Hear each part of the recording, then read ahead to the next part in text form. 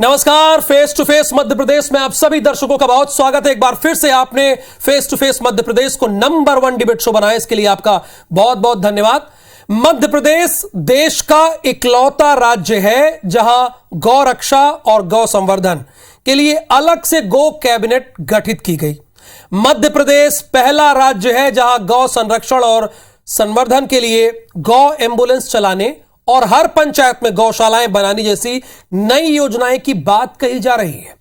इन दो बातों से तो यही लगता है कि सरकार गायों और गौशालाओं के बारे में फिक्रमंद है। तो फिर विपक्ष को यह क्यों लगता है कि चुनाव नजदीक होने की वजह से बीजेपी को गायों की याद आ रही है? नंबर 1। दूसरी बात, कांग्रेस को यह क्यों लगता है कि प्रदेश में गोवंश की दुर्दशा का खामियाजा भारतीय जनता पार्टी को चुकाना होगा? यह क्यों लगता है? इसीलिए आज हमें यह बहस करनी पड़ रही है कि 23 की दौड़ गौ भक्ति की होड़ मची है। तो ये किसके किसके बीच मची है, ये भी जानते हैं हम बहुत अच्छे से। हमारे साथ इसी पर बहस करने के लिए 3 खास मेहमान हैं। डॉक्टर दुर्गेश केसवानी जी, आपका बहुत स्वागत है। और साथ ही साथ बिपिन वानखेड़े जी हैं जो कांग्रेस के विधायक है, आपका भी बहुत स्वागत। और रविंद्र दुबे जी हैं, वरिष्ठ पत्रकार हैं, आपका भी बहुत बहुत स्वागत। आप आशा करता हूं आपकी दिवाली अच्छी गई होगी। लेकिन अब बहस करते हैं और अब एक रिपोर्ट देखिए। गौशाला मध्य प्रदेश में अभी लगभग 1700 संचालित है। अभी 1404 और पूरी हो गई है और गौशालाएं हमको जो बनानी 1800 बना रहे हैं। सरकार अपनी तरफ से हर पंचायत में धीरे धीरे गौशाला खोलने का प्रयास करेगी, नंबर 1। नंबर 2, हम कोशिश ये करेंगे कि हम चारागाह भी विकसित करने का प्रयास करें।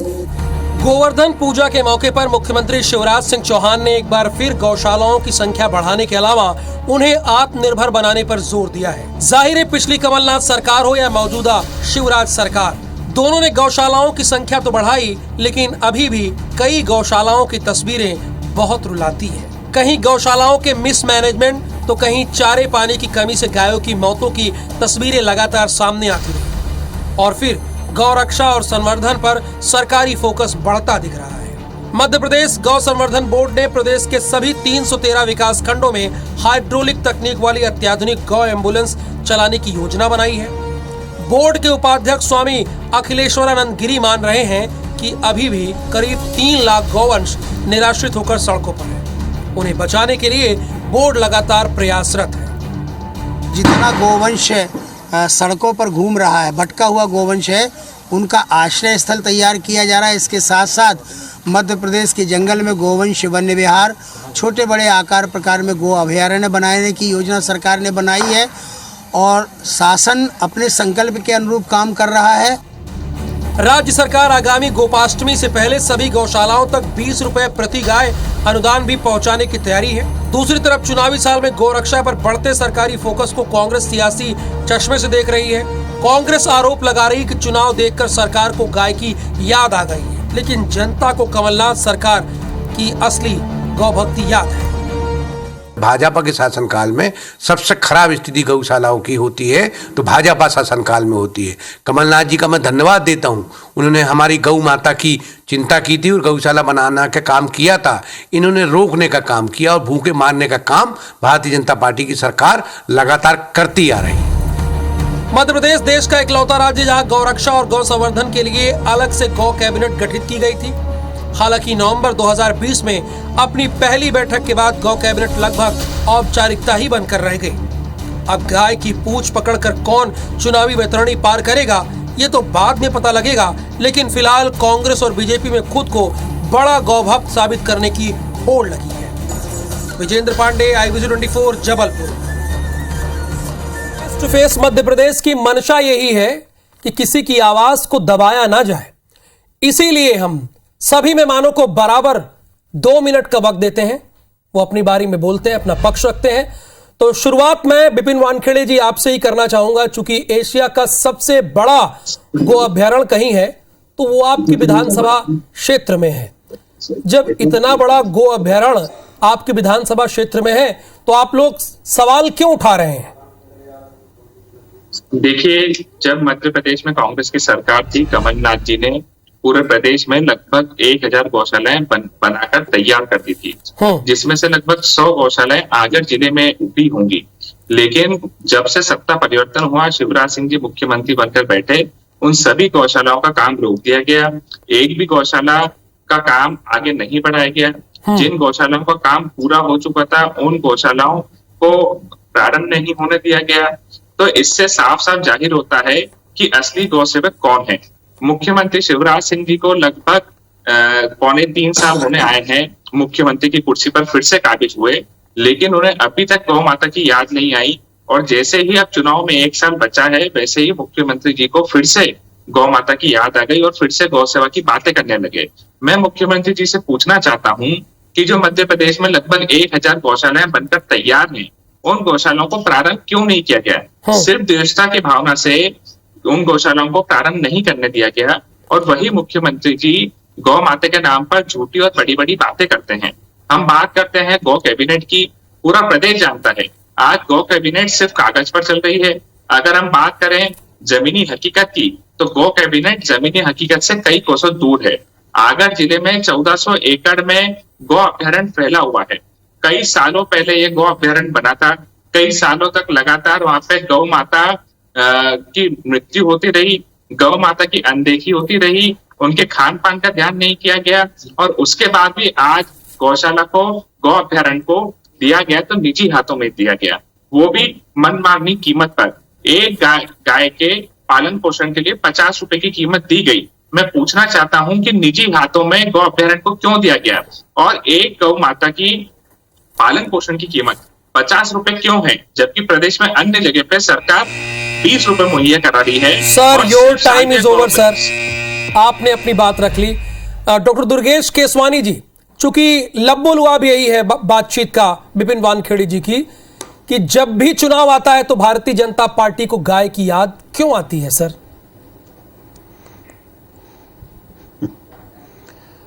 देखिए राहुल जी, सबसे पहले तो दीपावली की हार्दिक शुभकामनाएं आपको, क्योंकि उस समय हम बैठे नहीं थे चैनल पे, और पूरे दर्शकों को शुभकामनाएं। निश्चित रूप से भारतीय जनता पार्टी ऐसा कोई भी काम चुनाव के मद्देनजर देख के नहीं करती है, क्योंकि हम राजनीति में सेवा के मिशन से हैं, सेवा हम करते हैं और राजनीति को हमने मिशन के रूप में उसको सेवा कैसे अच्छी तरह से की जाए इसके लिए हमने चुना है।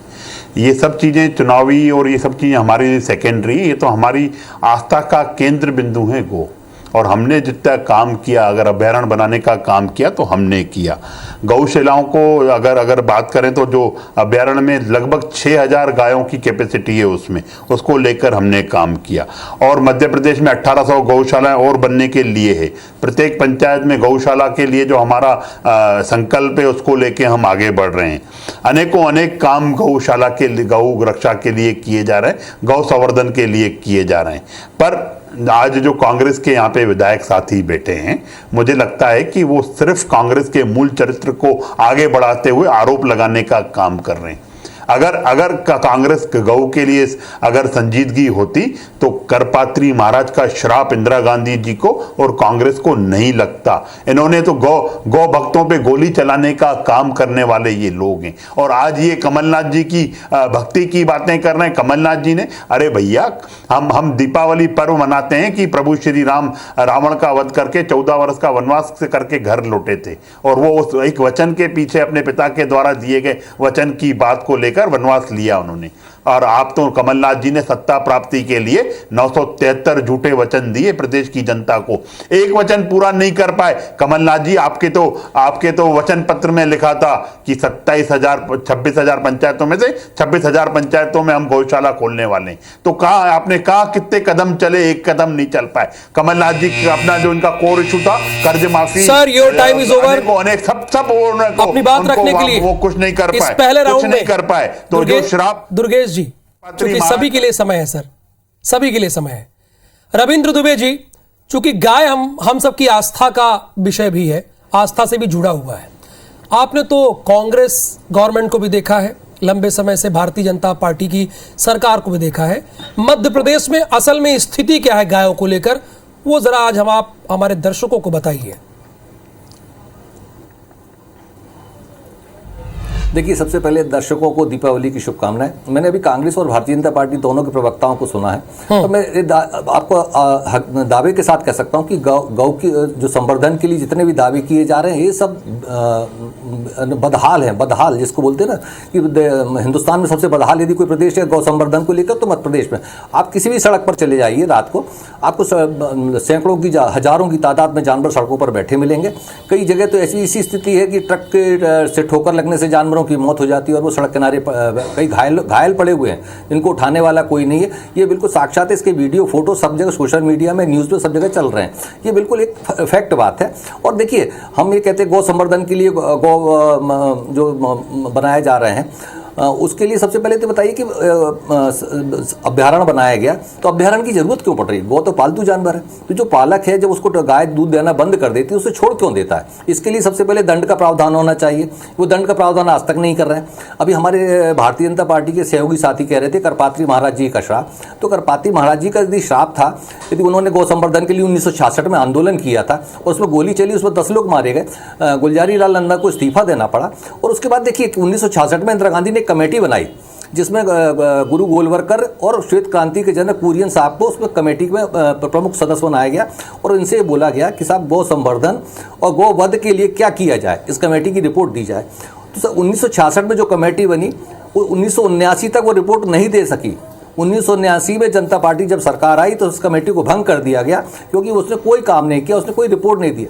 जैसे भी कांग्रेस के प्रवक्ता कह रहे थे कि सब गो कैबिनेट की बात करते हैं या गो कैबिनेट बना हुआ कागजों में चल रहा, आपने भी बताया कि गो कैबिनेट कागजों में चल रहा, तो पूरे 1966 से आज तक गौ के नाम पर सिर्फ राजनीति हो रही है। हरिशंकर परसाई जी ने लिखा है कि गाय माता वोट दिलाने के काम आती है और सिर्फ चुनाव के समय याद करते हैं लोग। ये चुनाव आ रहे हैं और इसीलिए उसको याद किया जाए। सर, आपका समय भी यहाँ समाप्त होता है। दुर्गेश जी, एशिया का सबसे बड़ा अभ्यारण्य तो है, लेकिन वहां पर स्थिति बदहाल है।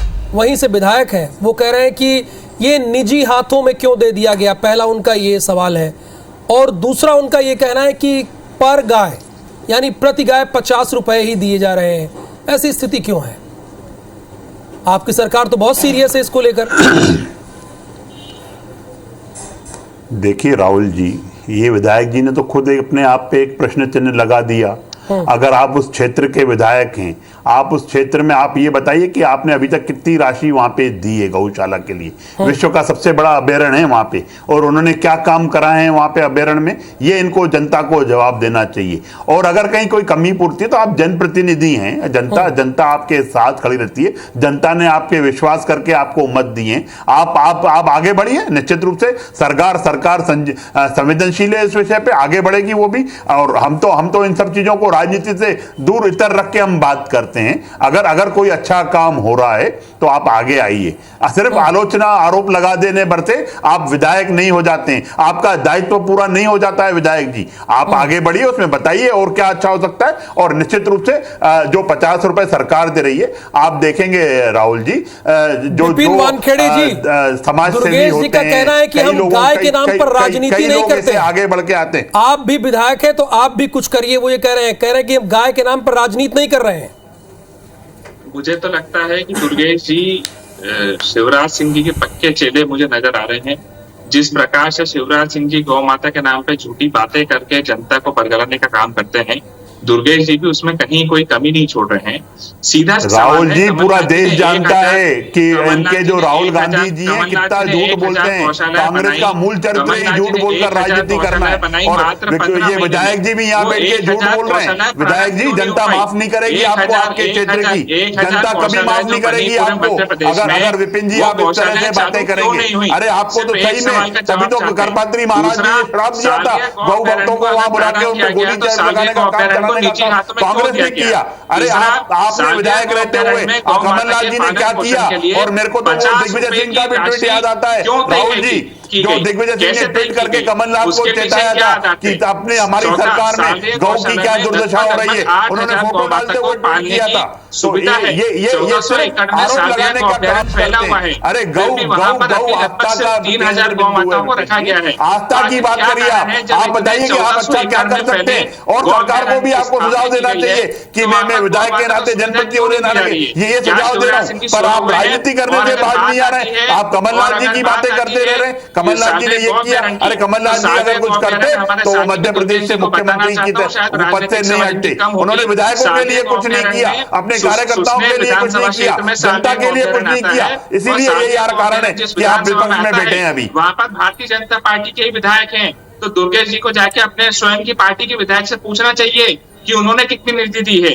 सुसनेर विधानसभा में आता है साले का अभ्यारण्य, और वहां पर भारतीय जनता पार्टी के विधायक है। तो दुर्गेश जी मालूम है सुसनेर विधान में आता है और राणा जी विधायक है वहाँ के, राणा जी विधायक है, पर चूंकि आपको उस विधायक वहाँ उसी क्षेत्र के आपको मुझे पूरी जानकारी है उस बारे में। जवाब दीजिए कि मध्य प्रदेश में कमलनाथ, अरे आप तो ये बताइए आपने अपनी विधायक निधि से कितने पैसे गौ अभ्यारण्य के लिए। एक मिनट जरा, एक बताइए जनता को। दुर्गेश जी, देखिए जनता के सामने सच को बताना बहुत जरूरी है। और विपिन जी, दुर्गेश जी, दरअसल ऑन एयर विपिन वानखेड़े जी ये आरोप लगा रहे हैं, जो कांग्रेस के विधायक हैं, वो कह रहे हैं कि जो कमलनाथ की सरकार के दौरान 1000 गौशालाएं बनी थी, उन्हें आगे क्यों शुरू नहीं किया गया।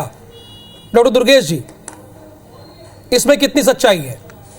देखिए राहुल जी, बड़ा ही हास्यास्पद लगता है जो लोग झूठ बोलने वाले हैं। और जो चुनाव का इनका जो वचन पत्र था उसमें लिखा था हम 26,000 गौशालाएं हर पंचायत में एक गौशाला बनाएंगे। एक पंचायत में गौशाला नहीं बना पाए। अगर बनाई होती राहुल जी तो उनका एक तो फोटो जारी करते कमलनाथ जी खड़े होकर कि गौशाला का, क्योंकि कांग्रेस तो ट्विटर और फेसबुक और फोटो वाली पार्टी है, झूठ बोलने का काम करते हैं। इन्होंने कुछ नहीं किया। कांग्रेस के सवाल का बीजेपी ने कुछ इस तरह से जवाब दिया है। विपिन वानखेड़े जी, दुर्गेश जी ने कहा कि अगर कुछ किया है तो आपने कागजों में किया है, वरना आप बताते तो कम से कम जनता को। यह आरोप लगाया उन्होंने।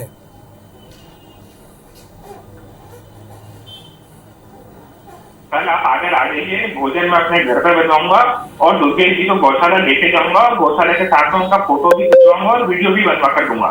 इसको मेरा निमंत्रण भी मान सकते हैं और इसको मेरी चुनौती भी मान सकते हैं।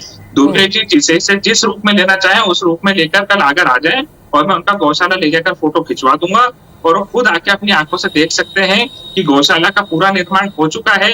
लेकिन फिर भी आज 2.25 साल 2.5 साल हो चुके हैं, मुख्यमंत्री जी सोए हुए हैं, गौशाला को प्रारंभ नहीं करना चाहते हैं। और ये जो वो तो फेस टू फेस के माध्यम से डॉक्टर दुर्गेश जी आपको बुला रहे हैं, आमंत्रित कर रहे हैं। और ये मुख्यमंत्री जी ये जो ढोंग रच रहे हैं, ये ढोंग रचने का सीधा कारण ये है। पर ये ढोंग करने वाले लोग हैं कांग्रेस के, झूठ बोलने वाले लोग हैं। अरे आप तो ये बताइए, आप जब आप विधायक हैं, जब दिग्विजय सिंह ने ट्वीट करके कमलनाथ जी को गौवंश के लिए लिखा था, तब तो आप विधायक थे ना, सत्ता पक्ष के विधायक थे, तब आपने क्या किया?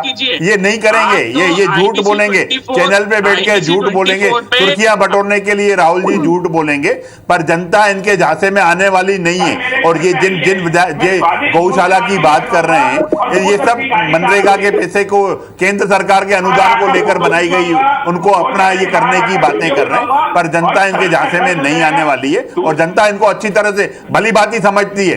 जो वचन दे के भी मुकर जाते हैं, जो वचन दे के भी दूर जनता को झूठ बोलते हैं, उनको जनता कब विश्वास करेगी राहुल जी? यही कारण है 28 उपचुनाव ये आ रहे, 4 उपचुनाव ये आ रहे, नगर निगम नगर परिषद में इनका सूपा साफ हो गया। यही कारण है, जनता का मोह भंग हो चुका है कांग्रेस से और जनता कांग्रेस पे विश्वास करने वाली नहीं है। देख रही है, सच से मुंह मत मोड़िए, मेरा निमंत्रण को स्वीकार कीजिए। हम तो चाह रहे हैं, हम तो काम कर रहे हैं, हम तो काम कर रहे हैं। जनता इसलिए हमें देख रही है, जनता इसीलिए समझ रही है कि यही भारतीय जनता पार्टी है जो सेवा करती है। आप जैसे नहीं कि झूठ बोलना, फरेब करना, आरोप लगाना और ये बहुत दिनों तक काट की हांडी बार नहीं चलती है राहुल जी।